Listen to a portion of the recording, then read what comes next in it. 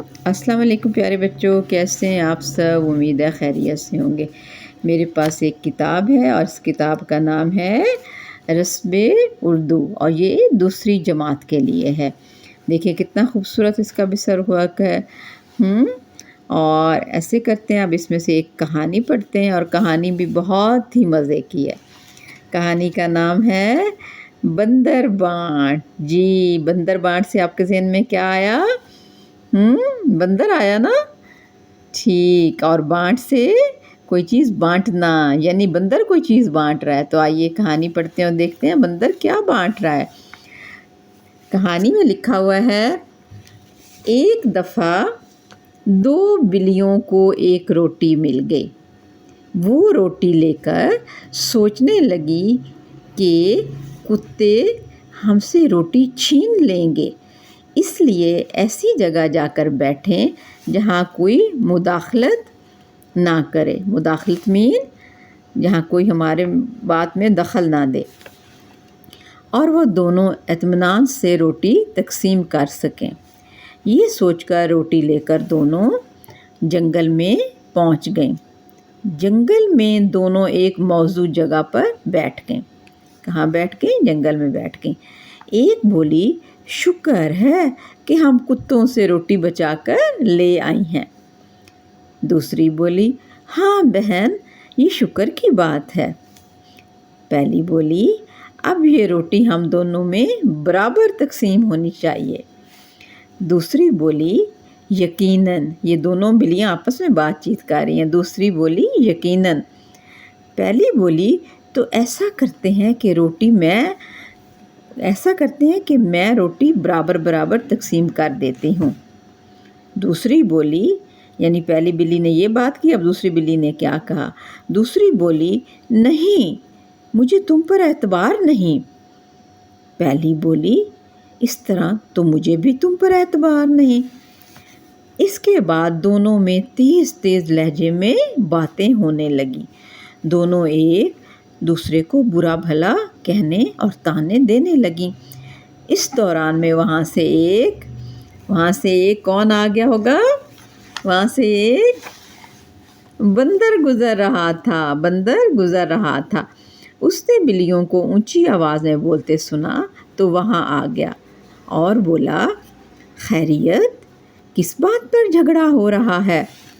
بندر کی بات سن کر دونوں بولی، جھگڑا تو کوئی نہیں، ہم اپنے کسی مسئلے پر بات کر رہی تھیں۔ بندر بولا، کیا مسئلہ ہے؟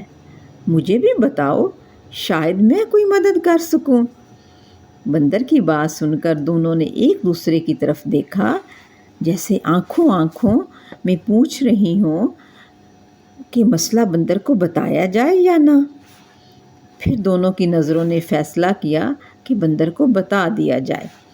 یہ فیصلہ کر کے ایک بولی، مسئلہ یہ ہے کہ ہم دونوں کے پاس ایک روٹی ہے اور ہم چاہتی ہیں کہ یہ دونوں میں برابر برابر تقسیم ہو جائے، چنانچہ ہم اس کا کوئی حل نکالنا چاہتی ہیں۔